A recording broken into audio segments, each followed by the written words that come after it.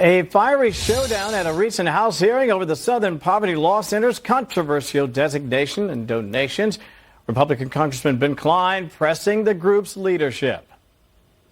I'm very concerned about the allegations in the indictment, about your organization's role in the planning of the Unite the Right rally. According to the indictment, one of your paid sources, F-37, maintained an active online presence making racist posts under the supervision of the SPLC. And the SPLC paid this informant over $300,000 during this period. Cline joins us now. I think there are a lot of Americans, frankly, Congressman, who watched that and were cheering this idea that you're finally getting some answers, albeit not many, to what has been going on. People hear the name Southern Poverty Law Center, and it has this reputation for standing up for civil rights, when it turns out, apparently, they were giving money to the very groups that they claim to be fighting.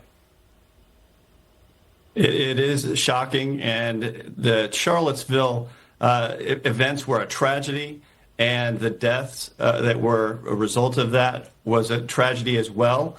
But to know now that SPLC, or the allegations in the indictment, actually funded and helped organize individuals who were involved in that event, that is truly shocking. So we're getting accountability on the Judiciary Committee. Jim Jordan, under his leadership, we are holding these people to account, the SPLC and its leadership, as to why they were using or defrauding donors money to commit essentially wire fraud and essentially defraud these people and plan these events and then make money off of it. You know, that's the big problem, is that they were bringing in over twice as much by stoking this racial fear and hatred that they were claiming to be fighting. Just makes you shake your head. It's almost unbelievable. And then when you see it, and then, of course, you're getting granular detail about what actually has been happening.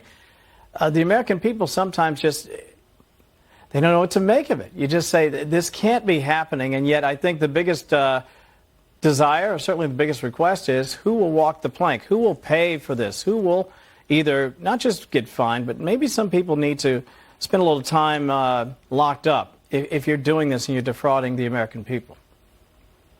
I think that's what the DOJ's indictment shows, is that there were those defrauding donors in the SPLC network, that they were using that money to stoke racial fear, violence, hatred, and then making money as a result of these events they helped incite. So we're going to see where the indictment leads, but I'm glad that the Judiciary Committee is shining a light on it and the DOJ is holding people to account. Speaking of shining a light, the migrant crime hearing I thought was really interesting. Having formerly lived in Great Falls, I know Fairfax County very, very well. Borders closed thanks to President Trump, but in Virginia, that doesn't matter. Tell us about that. We had a policy when Glenn Youngkin was our governor that ICE would be able to work with our state police, and when inmates were released from state facilities, ICE would be notified.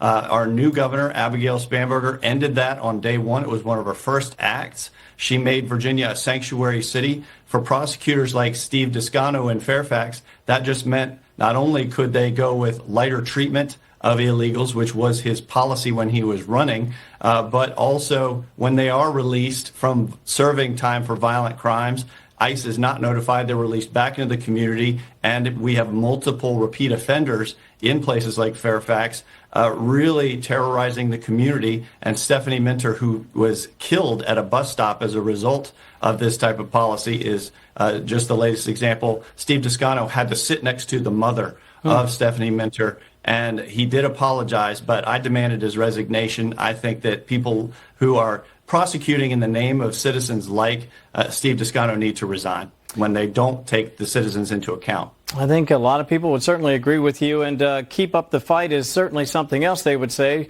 Ben Cline, Congressman, thank you for your time today and for working for the people of the Commonwealth. Have a great rest of your weekend. Thank you. Appreciate that.